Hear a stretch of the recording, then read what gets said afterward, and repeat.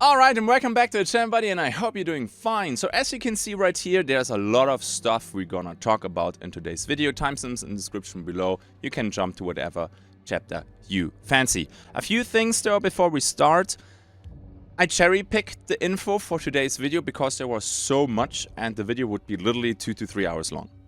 Okay, because they changed so much. So don't be confused if some stuff is not in the video yet. For example, the Desal changes will be a separate video because even if I take only 1 or 2 minutes for all the changes in one compound, the video would just explode. So as soon as I can, I'm gonna put the patch notes in the description and in a pinned comment. So when you read through it and you're like, hey wait, something is missing, then I hope you sub to this channel because I will definitely cover it over the next couple days. And with that, let's get started. And then let's start with what everybody wants to know at the beginning. What are the rewards? Now, a little bit of info at the beginning. There will be no new weapons, tools, weapon variants in this battle pass. While I agree this is a little bit disappointing, they also said at the beginning of the year that they will use 2025 for polishing the game a little bit more and bringing the game back on track. And the event is not small. They still added a lot of things when it comes to balancing and other stuff that we will discuss. So, while at first glance this looks a little bit disappointing, look at the whole event and then judge. And since we already talked about judgment, let's get to the rewards. We're gonna start with the Fool though, with the Outlaw variant. Then next up we have a Lamet Carbine, and honestly, skin fits the game. Skin looks good. I love it. So, thumbs up from me. Next one is gonna be the Ranger 73 Aperture. I know that there are a few Aperture enjoyers out there. We have already a similar skin with the bottles, I think. But again, I like that one. Then we get an animation for the Ranger 73. We get the the practice shot, also lovingly called the Pew Pew Pew. So that's cool. Next one is going to be a skin for the regeneration shot, the weak one. I don't know who actually takes weak regeneration shots because they are so short. Maybe they're actually not too bad when you bring multiple ones and then you can just pop them for every engagement instead of one big one. So yeah, maybe that's the way to go. Weapon charm, we have the Abyssal Rosary. Okay. Next one is going to be an Officer. I don't play the Officer that much anymore since they removed the bleed from it, but I think the gun itself is still good. And oh my darling Clementine. I think I'm covering the text a little bit. Looks like a good one. I think it's the same art that they're using also on the Auto 4 and Auto 5. You will see it in a second. Level 7 is 100 BBs. Because people ask me, hey, how many BBs do you get back from the Battle Pass? This time it's 600. Okay? Then next one is going to be this one, Devil's Aim.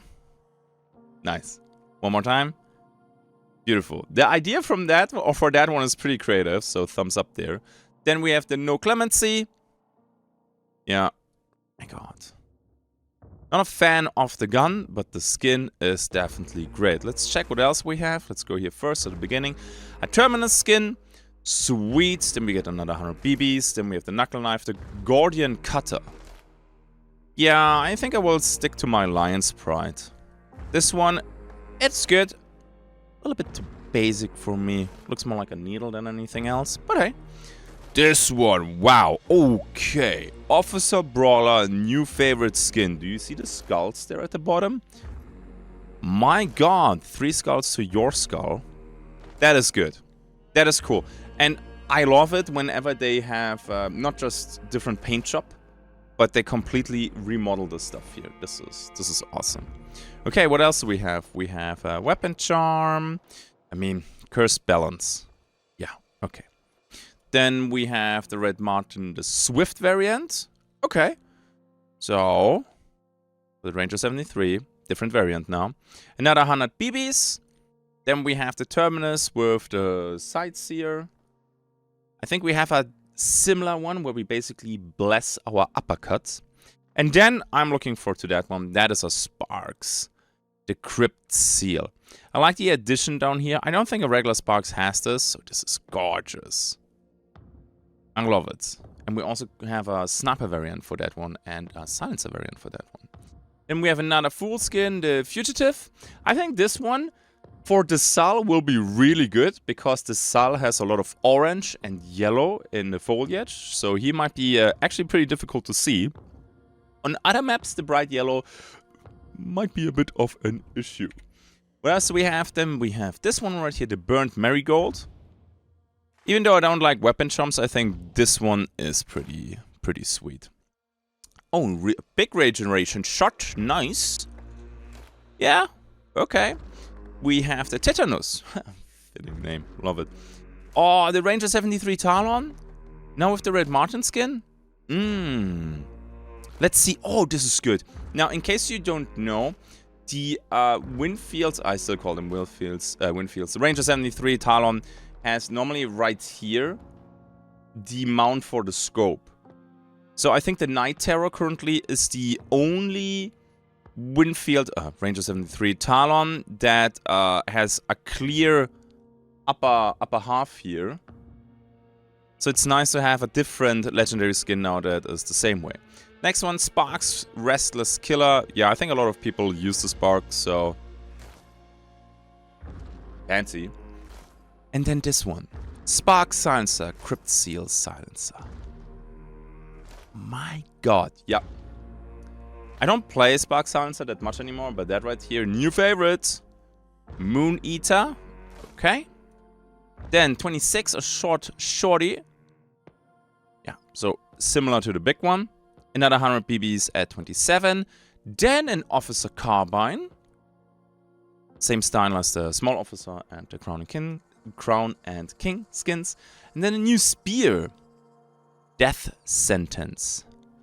I think we have 3 skins now for the Spear. We have the one that basically looks like out of Dark Souls that we have a while ago, actually. Yeah. I think I keep the one that I have with the feathers at the tip. But hey, not bad. What else do we have? The Short Terminus. No Clemency Shorty. Ooh. Reason to Return. A charm unlock. They sealed a single sentence from the note in this charm. Whatever it speaks of, love, death, or magic, it moved them enough to return and hunt once more. Oh, sweet. Okay. Maybe I should read a little bit more of the lore, but that would just make the video length go kaboom. More BBs, and then Officer Carbine Deadeye. Gorgeous. Oh, and then we can then... More spinning. We have a lot of spinning now in this game, huh? We spin while we loot, we spin while we dodge, and now we spin also our weapons with the animations. Okay, then we have the Lamette Carbine Marksman. Sweet. I mean, it needs, the Lamette skin needs to rival the, well, can I say Mexican-inspired one with all the skulls and the very beautiful skin. I'm gonna blend it in real quick so you know which one I'm talking about. So, but this is really nice. I just don't encounter a lot of Lamette Carbine Marksman enjoyers. Had one lately, and he loaded FMJ into it. Wild man. Then we have the Spark Sniper. Yeah. This is good. Triple Seal Sniper version. Sweet. Then 100 BBs, and then at the end we have the Pale Judge. He's gonna be our last skin before we go for, you know... Oh my god. Okay. I like him. The thing is, what might be odd with him, and this might sound a little bit weird, he's quite the unit, right? But all hunters have the same hit rack, right? So, female hunter, male hunter, do you have a lot of attachments on the hunter? For example, the cane backpack, you can shoot through it, or the top hats of some hunters, you can shoot through that, right? So the hit rack model in the skins is the same. And I think with the Fool, this might be sometimes a little bit weird. But maybe this is just me and I'm completely wrong and just looks like it. Okay, cool. And then at the end we have Sophia's Gift. Lulu rescued a cat from the mines near her gulch-side cabin and named him Shoebird. He spent long days exploring the tall pines until a buzzard lifted him off. Aw, that? Sophia tracked the bird. She imbued its blood in this charm's pendant so Lulu can keep Shoebird's memory close. What? Okay, I definitely need to read more of this lore, I guess. Maybe in the future I make separate chapters for the rewards. Because apparently you can dive there into a little bit of lore. But yeah, Sophia, hardcore. My respect to that one. And that's it with the rewards. Let's jump to the next chapter. Okay, so we saw all the rewards, and I think now we have to go to the event compound, and that one is called the Hideout. So let's pay that one a visit. And here we go, let's talk a little bit about the Hideout. So the Hideout is very similar to the Murder Circus that we played during the Post Malone event. In case you didn't play that, so this is basically a mini compound on the map that can spawn in various locations. If you want to find the Hideout and check it out, you just have to open the map, check for this red icon, and this is the spawn location for this event compound. And it basically is your sealed cache event location. You have the outer ring for close range combat. You can also climb up the ramshackle tower and try to snipe from up there. The outer ring has the same loot that a regular supply point would have, so you can find special ammo boxes, you can find toolboxes. There are also the small special ammo boxes when you want to swap the ammo for something else. And the moment you go inside the basement of the ramshackle tower, you can find a lot of sealed items. There is a full restoration kit, the event exclusive sealed scars traits, a 4-shot boon, experience boon, darkside boon, a sealed cache register, sealed ammo, and tools. There is a bit more at the top of the tower. There is also the master clue that reveals all boss targets. And in case it's spawned, there's also a single sealed bounty token.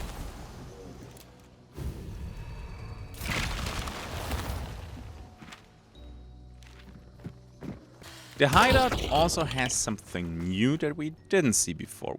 Well, this is not completely true. During the Murder Circus we had something similar. Remember the slot machine? Well, this is basically the slot machine, but it only has base traits. There's a trade wager spur, and each time you spend a pledge mark, you will receive a randomized trade. Just keep in mind it cannot be a scars trade or a burn trade. The spur can be interacted with repeatedly for the cost of 1 pledge mark per trade. Until, well, you're basically out of pledge marks or you have no more slots for additional trades. And take a few minutes to check out the Hideout, because Dog Red Martin customized the location quite a bit.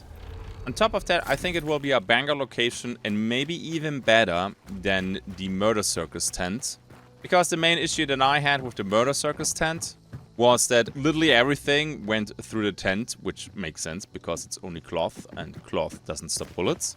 But you have way more cover in the Hideout, and it feels better for PvP. Because you can still sometimes have high ground areas around the Hideout, which was very often a death sentence for people who went into the Murder Circus. Especially the southwest location on Mammoth's Gulch. That was just pretty crazy. So from the spawn locations that I did see, it seems to be a bit more balanced. But of course maybe they will add a couple more in the future. And I also don't know the spawn locations on the other maps. But yeah, I can't wait to check out the Hideout and do some PvP over there. And also get this beautiful Catalyst trait. So let's talk about event traits next. So this event in total has 3 event traits. The first one is Catalyst, we're going to talk about that in a second. Then we have Corpseer for 2 pledge marks and Gunrunner for 3 pledge marks. So Corpseer, when you loot a body, you get a dark side boost second, so that is nice for looting mid-combat and seeing where his teammates are. Keep in mind though, you reveal for the whole map that, hey, somebody died here and got looted, so you give some intel away to the enemies. On top of that, Gunrunner, not a huge fan that it's back. I'm not a huge fan of people running Crowning King and Mosin Snipers at the same time. But the community apparently wanted that, and Crytek decided, hey, let's put Gunrunner back. And honestly, I'm just gonna run around with my double Marco explosive and my double crossbow explosive and have some fun. Now you heard the word Catalyst a couple times, the event trait for 1 pledge mark, and it buffs a lot of the basic traits. Some actually only for solos, and I would say we check them out right now. Let's start with Kite's skin. Significantly reduce fall damage, Catalyst trait, never die from falling. And that is a super fun trait. I don't know how strong it will actually be, but hunt maps have quite a bit of verticality. No matter how far you drop, you will always have 1 HP left. This also opens up a few escape paths that you normally would not have, but of course it's a high risk move, because just a single scratch will put you down. Or maybe you are a daredevil and do an insane Bomb Lance ambush with 1 HP left. Next up we have Vigilant. While using Darkside, nearby traps and active beetles are highlighted. Also applies to beetle view 25 meters, and as a catalyst trait, double the highlighted range in Darkside. You can see traps super far now, so no more excuses for dying to Concertina Poison Trip Mines. And in case you don't need them anymore, you just put them into your inventory. Yeah, we're gonna talk about that in a second. And then Beast Phase, reduced reaction range of animals, does not affect monsters like Hellhounds. The Catalyst trait, your hunter won't be noticed at all by animals and won't break branches. So this is a crazy good stealth perk then. No dog kennel, no chicken coop, no horse, no crows, no ducks, and nothing will be disturbed by your presence. You can also do some crazy ambushes by sitting in a dog kennel then. And you can wait in places where normally nobody would expect hunters because you would trigger something. That you can't break branches, that's a nice little bonus. Then Pain Sense, while using Darkside, see nearby bleeding, poisoned and burning hunters, and with the Catalyst includes hunters out of stamina. Now this counts for both stamina resources, your sprint stamina and your melee stamina. Once it's depleted, people can see you in Darkside as a white glow. Let's talk about Frontiersman next. Use tools 1 extra time. This is a solo catalyst trait. Use tools 2 extra times. So in case you run Concertina Poison Trip Mine, that's 2 each. With Frontiersman that makes 3 each. And with the catalyst trait you get 4 each. So you can put 4 death traps in a boss lair. Not even counting any toolboxes. Your medkit counter goes up to 5 and yeah, you get 3 spears. So for solos, there's actually quite some value here. Next up, Fanning. Faster rate of fire when using one-handed single-action pistols. With the Catalyst trait though, also applies to two-handed single-action pistols. So Scottfield Precision, Nagant Precision, the Haymaker, the Uppercut Precision. And keep in mind that includes all their variants. So an Uppercut Deadeye Precision Fanning, a Nagant Precision Deadeye Fanning. That will be, on one hand, amazing because it boosts the 2-slot weapons. On the other hand, everybody will have Fanning, and Fanning is already something that, yeah, well, we will all feel a little bit more cowboy during the event, I assume. And I think that's it. Again, once more, Catalyst, unlock conditional trait effects on the Fanning, Beast Phase, Kite Skin, Vigilant, Pain Sense, and Frontiersman traits. Conditional effects activate when the base trait is equipped. Catalyst for 1 pledge mark is insane value.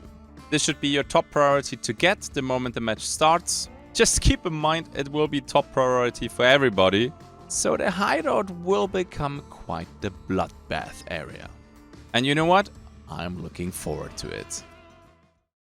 Okay, so I have to say there will definitely be a few fun plays, especially with Kite Skin and you can't die. Alrighty then. Okay, so we talked about event trades and you need pledge marks for that. And this might be a little bit repetitive for some of you, but for the sake of completion, let's talk about pledge mark mechanics. Pledge marks, you get 1 for 25 event points collected. You get 2 for banishing the target in Bounty Clash, and you get 3 for winning Soul Survivor. You can hold up to 6 pledge marks and you can carry over them into the next match. You can also loot them. So if you kill a player and you loot them, you can snack their pledge marks, which is pretty nice and probably a fast way to get some pledge marks when you're good at the game. Okay, so we talked about that. I talked about event points. How do we get event points? Okay, so the easiest way to get your event points are these things right here, these bone sticks. Hitting them gives you 5 event points. Hives give you 2, and an armor gives you the exact same amount too as well. Now, these event death sticks, you can see them in Darkside. The range is not super far though, and you always have to destroy them, so there is no interact button. And the clues, they give you 8. Dogs are similar to hives and armors, they give you 2 points each. So 1 pack of dogs give you already 8 event points. Bosses give you a little bit more, they give you 20 when you kill them. Emulators are a little bit different. They give you 3 points each, and meatheads give you 5.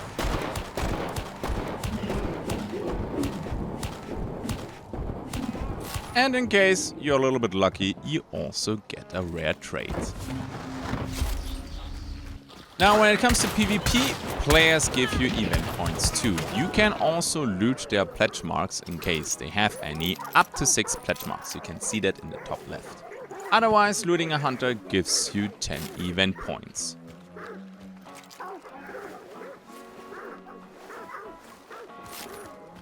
So you basically roam the map, you destroy all these bone sticks, and try to collect 25 event points, because 25 event points is exactly the threshold for getting a pledge mark. Now, one more thing, let's talk about the weekly challenges and the event duration. So you will get a little bit less points for your weekly challenges because the event is going 3 months. Doing the weekly challenges is still the best thing that you can do to complete the battle pass fast. So you get now 500 to 1,000 points for the weekly challenge, and they have again the 50 BBs. So when you complete the whole weekly challenge, you can get 50 BBs. So 50 BBs seems to be the standard now during the events compared to the 40 BBs that you can get outside of the events. A lot of people were asking me, will the bear come back? And apparently it does. It's now called the Brute, though, and not the Circus Bear, because, well, there is no bear anymore. And I would say, let's check out a couple clips. And finally, we get a new AI. Well, new. Some of you probably remember the Ursa Mortis from the Murder Circus event, and now it's back, and it's called a Brute. So the Brute shares the same strengths and weaknesses as the Ursa Mortis, and can be found in forested areas.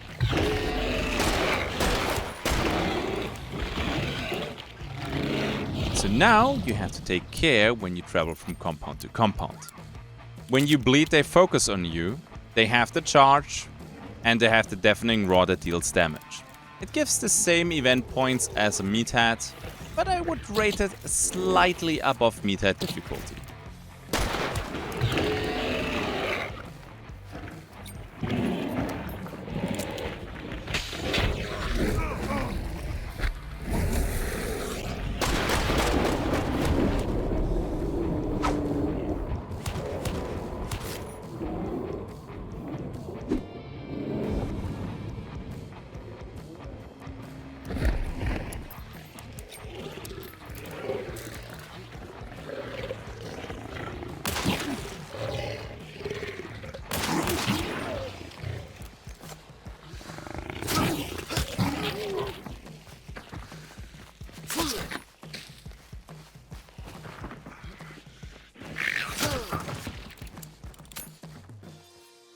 Nice. I'm a huge fan of that thing, and I hope you guys will be careful when you step on branches in the wood now.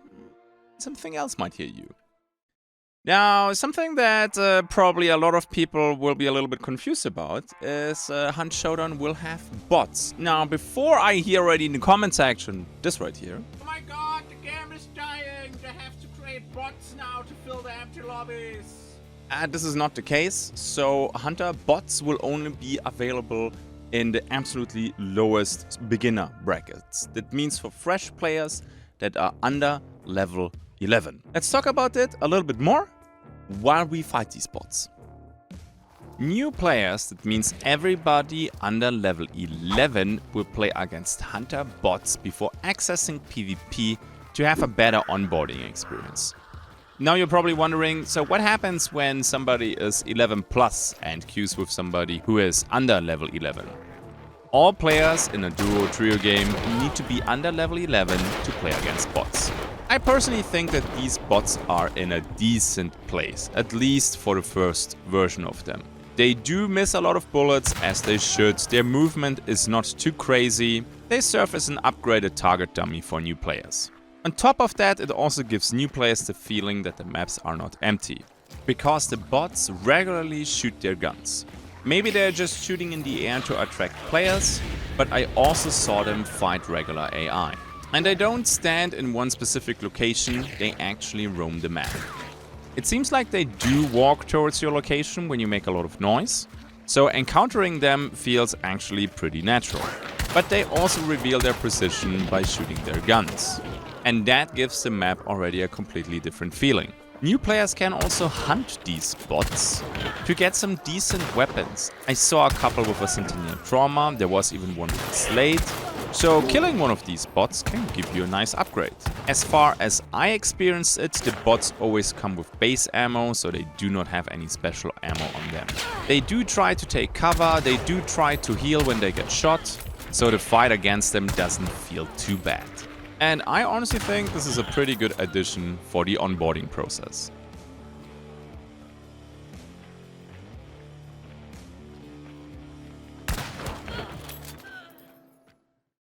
Not a lot of traits got changed, but the changes that did happen, they are important, so let's discuss them. The first trait that got changed is Soft Skin. No longer slows burn when downed. So on the live server with Soft Skin, you burn a bit longer, so it gives your teammates more time. I think they want to get rid of that because they changed the burning of downed hunters and want to see how people feel about that. Soft Skin is still very good because, well, people have a harder time setting you on fire. The Fire Beetle cannot destroy a small bar, and a Hellfire does not take immediately a big 50 bar. So it still has value. For me personally, as a solo, it doesn't really matter the whole being downed and burn and whatnot because they camp me anyway. But for team plays, let's see how the burn changes together with this will turn out.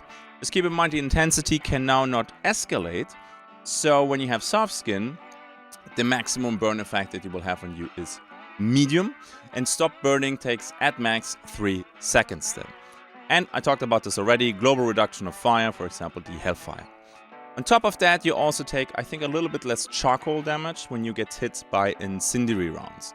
The trait is still good. Now, I actually, after 9,000 hours, did not know that Soft Skin is the only trait that does not stop the escalation of the damage intensity. For example, when you have Bloodless, you always can only get light bleed and that's it. And I assumed it's the same for Soft Skin. Stupid content creator, am I right? Let's check out the next trait. That's gonna be Fast Finger, that goes back to 4 points. I think this is fair. Fast Finger is good, especially on guns like the Springfield. It's very good even. But 6 points was a bit too extreme, and I think they listened there to the community feedback and they said, hey man, 6 points? The hell, worst deal ever? 4 it is now again. Sweet. And then, and I'm gonna show you a clip for that one, we have Silent Killer. When you kill the grunts, they don't make noise. The OG Silent Killer removes the sound you make by using melee tools, be it the inhale when you charge a heavy attack or the actual swing. The upgraded Silent Killer removes the moan that grunts make when they die. There is a catch though, they are not allowed to be aware of your presence. When they know you're around, they will make the moan, but when you can sneak up, you can take them down quietly. The crazy part is, and I don't know if that is intentional or not, since the patch notes that I have are not completely polished, Silent Killer works with range attacks too. The formula is simple. AI is aware of you, you don't have Silent Killer, grunts moan when they die. AI is unaware of you, you do have Silent Killer, grunts won't moan when they die. Just keep in mind that whenever you don't manage to one-shot a grunt, they are obviously alerted and they will always do their moan when they die. So Silent Killer has now a range element. I hope it stays this way. It's pretty cool to pick apart grunts from afar without triggering anything. Alright, and then I think I covered all the trait changes. Let's jump to the next chapter. I don't really play it much, but I still want to cover the changes, right? So let's talk about Bounty Clash now. And it has finally its own matchmaking, which is good in my opinion. So the initial matchmaking, or the MMR, will be copied from Bounty Hunt. And then afterwards, no matter what you do in Bounty Hunt, it will not affect the MMR in Bounty Clash. And no matter what you do in Bounty Clash, it will not affect the MMR in Bounty Hunt. So it doesn't matter how many people you kill in Bounty Hunt or how many times you die. whatever. And I think this is a really good change, because what happened a lot is that people dropped in MMR and then only played Bounty Clash against people that they were not supposed to play against. So they can't do that anymore, which I personally think is very good change. Thank you very much. Can we also now do this for maybe, you know, Soul Survivor? And separate that from Bounty Hunt? So yeah, please, whatever happens in Soul Survivor, let that stay in Soul Survivor. Apparently you can do it, so please do it for Soul Survivor as well. So, new compounds, Lower the Saal, Fort Bolden, and First Testimonial Church. Excellent compounds. Lower the Saal will be crazy fun. You get non-stop saloon shootouts. Okay, maybe I will play Bounty Clash a little bit more. Okay, then First Testimonial Church is pretty good. And Fort Bolden, I think, is pretty good as well. I need to play it first, though, to judge that myself. Then, they also reintroduced O'Donovan Stone, and Blackthorn Stockyard got removed, because you guys apparently didn't like it. And basically a community vote. You didn't enjoy the compound, they got rid of it. And I think with O'Donovan Stone, there were a few spawn locations not working correctly, and they fixed that too. There's a bit more, though. Oh yeah, they adjusted spawn points for Reynard Millen Lumber, Deadfall, Timber, and East Mountain Corn. Nice. The next one is going to be available times of day updated. Okay, so I think this will reflect now a little bit more what you can have in Bounty Hunt. The next thing we're going to talk about is burn changes. So in my opinion, since, well, after the fire event that we had in fall a while ago, it's getting a little bit too easy to set people on fire, and there should be a difference between setting somebody on fire easily with a flare gun, and you can do it multiple times, compared to somebody dedicating to the burning and bringing actual firebomb. So we're gonna have now a slow burn and a fast burn. Let me explain. Let's check out fast first. A downed body will be considered as fast burning if it is inside a fire volume. So a tossed lantern, a fire bomb, be it a hellfire or a regular one, an oil patch, it doesn't really matter. And there will also be a fast burn speed the moment you get ignited for 5 seconds. So even a flare gun can do the fast burning, but it will only be after the ignition for 5 seconds. And as you can see with this burn speed, it takes 15 seconds for a small bar. So if you play with a small bar on the right, you will burn out in 1 minute and 15 seconds. In case you play with a big bar on the right, you will burn out in 1 minute. Now let's check out slow burning. Slow burning is whenever you're not exposed directly to fire, so you're not lying in a fire. That means somebody shoots you with a flare gun, you have the 5 seconds of fast burning because they ignited you, but afterwards it goes to slow burn. So as you could see right there, it switched from fast to slow because the fire from the lantern went out, and a small bar burns in 20 seconds. So when you play a small bar on the right, the next small bar will burn in around 16 seconds because you have the fast ignition, and then every other bar burns for 20 seconds. So you burn out in 1 minute and 36 seconds with slow burning. And something that is completely new, and there might even be some value now for liquid hellfire bombs, submerged bodies. So hunter bodies that are underwater or in heavy rain, whenever that will come back, can now be burned by fire volumes at a very slow speed. So the rain is kind of unchanged, because back in the days when we still had rain and there was a heavy rain, you could not set people on fire, but you could still burn them as long as they were exposed to fire. So the submerged thing though, that is new. And honestly, that is a good change, because very often you kill a solo and they drop into water and you cannot burn them and finish them. And honestly, and I'm saying this from a point of view, you know, solo player, if you pay attention to this, then you should get rewarded. And not, oh my god, I know he still has necro, but I can't do anything, I don't have any traps with me, so what do I do now? You know, so I think the changes are actually quite good. However, how all of this will play out at the end of the day, we need to play. So fast burning is fast right now, so maybe they have to tweak this again. Burning in Hunt Showdown is a never ever ending story, and this will get probably tweaked again very soon. But first, let's play it and let's test it. Now, in this chapter right here, we talk about one-liners and patch notes that do not get their own chapter. There are also two big things that I will discuss, actually 3 things, that I will discuss in future videos, and that will be the damage rework in the game. There will also be a video about the audio changes, hopefully, because I didn't start that yet. And we will have one about the Desal changes. So the damage rework and the Desal changes I would like to release before Twitch Drop starts, or when Twitch Drops starts this Wednesday. Okay, but let's start with these one-liners here. And the first thing we're gonna discuss are traps. Regular traps, you can pick them up now again, which is fantastic, honestly. So, back in the days, or well, on the live server, you place traps, you defend the lair, nobody shows up, and you have dead tool slots. So this will not be a thing anymore, you can pick them up again. I absolutely like that. It made no sense for me that you could not pick them up again, so that's great. The Dark Dynamite Satchel is next. The volume from that thing has been reduced significantly.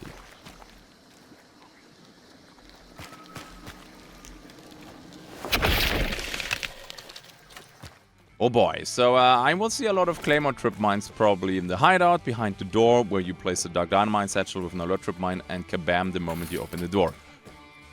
Yes, we definitely will make a montage about that. Hopefully. Next thing, we have some ammo swap box changes.